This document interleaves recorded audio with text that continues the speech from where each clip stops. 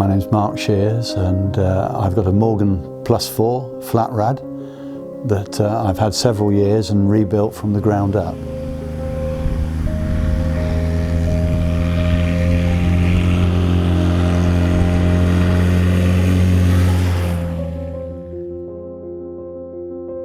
I found it one Christmas when I was surfing the internet and went onto an American website and saw an advert for a 1952 Morgan Plus 4 60% restored.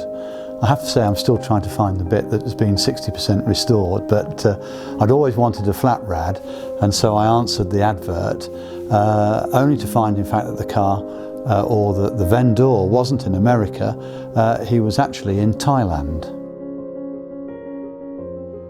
I replied to the advert and said I would be interested to have some more information, and didn't hear anything for several weeks, and then right out of the blue got some photographs which showed the car in well, a very unrestored state. It was literally just a rolling chassis, no bodywork, no trim. The engine was in, the head was off, but it was a rolling chassis effectively.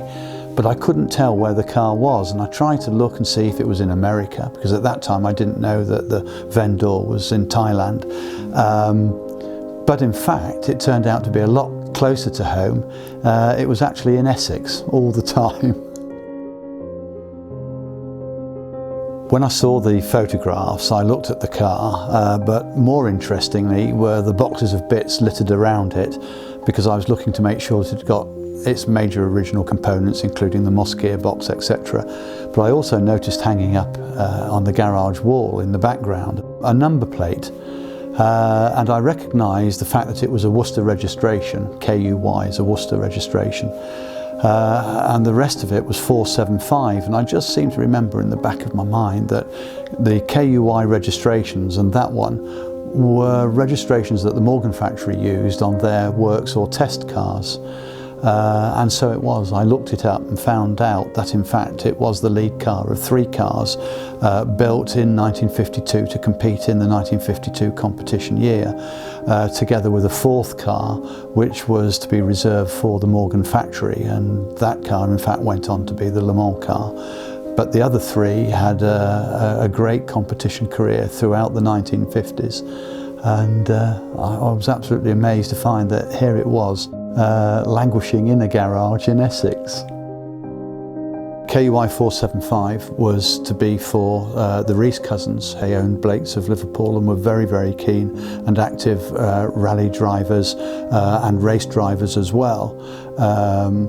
But the car also went on to do the Rallye Des Alpes in 1952, and although it was said that the Rees cousins were otherwise engaged, it was actually driven by Peter Bolton, who went on to become a works driver for TVR and AC, and in fact drove the AC Coupe on the motorway, in fact on the M1, and it was him who's accredited with introducing the 70-mile-an-hour speed limit, because they were testing the AC, I think, at very high speeds, let's put it that way, and fell foul of the law, and that's the reason why I understand that we've now got the 70-mile-an-hour speed limit, all down to Peter Bolton, who drove my car on the Rallye Des Alpes. The nice thing about the car is that it's competed in all sorts of events, from races and rallies to sprints and hill climbs, even autocrosses, but it's also a great road car as well.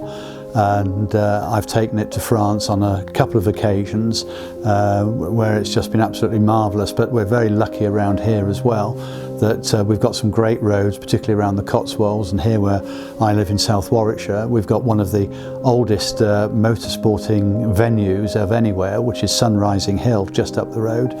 It's just great roads, particularly for the Morgan, which of course it was built for. Like all Morgans, it's still got its original sliding pillar front suspension, but of course being an early 50s car, it is drum brakes all round, and it goes very well but doesn't stop quite as well. And one of the things that we spent a great deal of time post rebuild is actually getting the brakes to work properly. Of course, it's got its original Moss gearbox, and interestingly, one of the original owners of the car, who owned it during the 1960s, and raced it during the 1960s. He got in touch with me and sent me some wonderful period photographs of him competing with it. And he asked me if it still had its original gearbox, and I said, rather surprisingly for a competition car, that it had. And he said to me, well, that gearbox has actually got D-type internals, because his father, who owned Burgess silencers, used to supply Jaguar with their silencers, and he went along one day to find that they were cutting up and disposing of all of the old D-type Jaguars in the competition department and chucking away the Moss gearboxes. And so he said, oh, I've got the gearbox like that in my car. So they inquired as to what it was, and he said, of course, a Moss gearbox for his Morgan. And they said, well, help yourself, you can have one, they're only going to scrap. So he said, I took the internals out and rebuilt it into the original casing, and he said, if that's what you've got, that's what it is. So it's probably one of the only Morgans with its original Moss gearbox, albeit with D-type Jaguar ratios in it.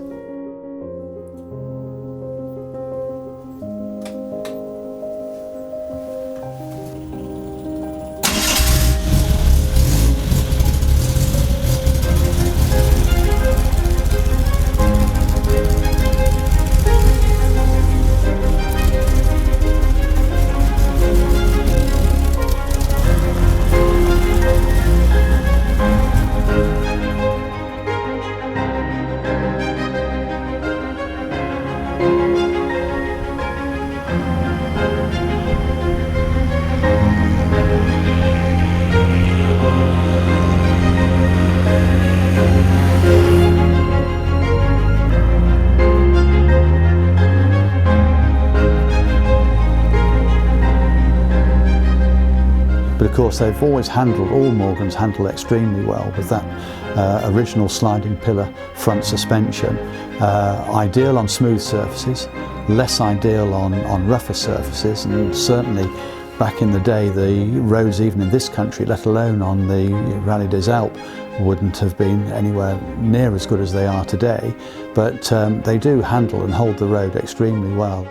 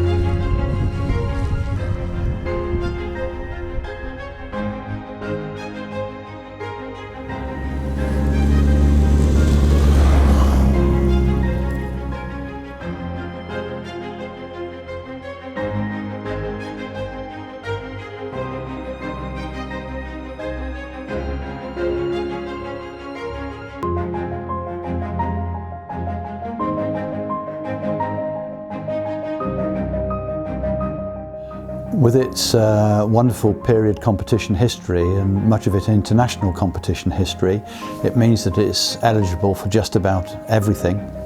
I race it with FISCAR, 50 Sports Car Racing now, but it's also eligible, of course, for such prestigious events as Le Mans Classic and also the modern day Rallye Des Alpes, which would be a great event to take it back to. So hopefully going forward there's lots of exciting events that she's eligible for and that we can compete with. So here's to the future.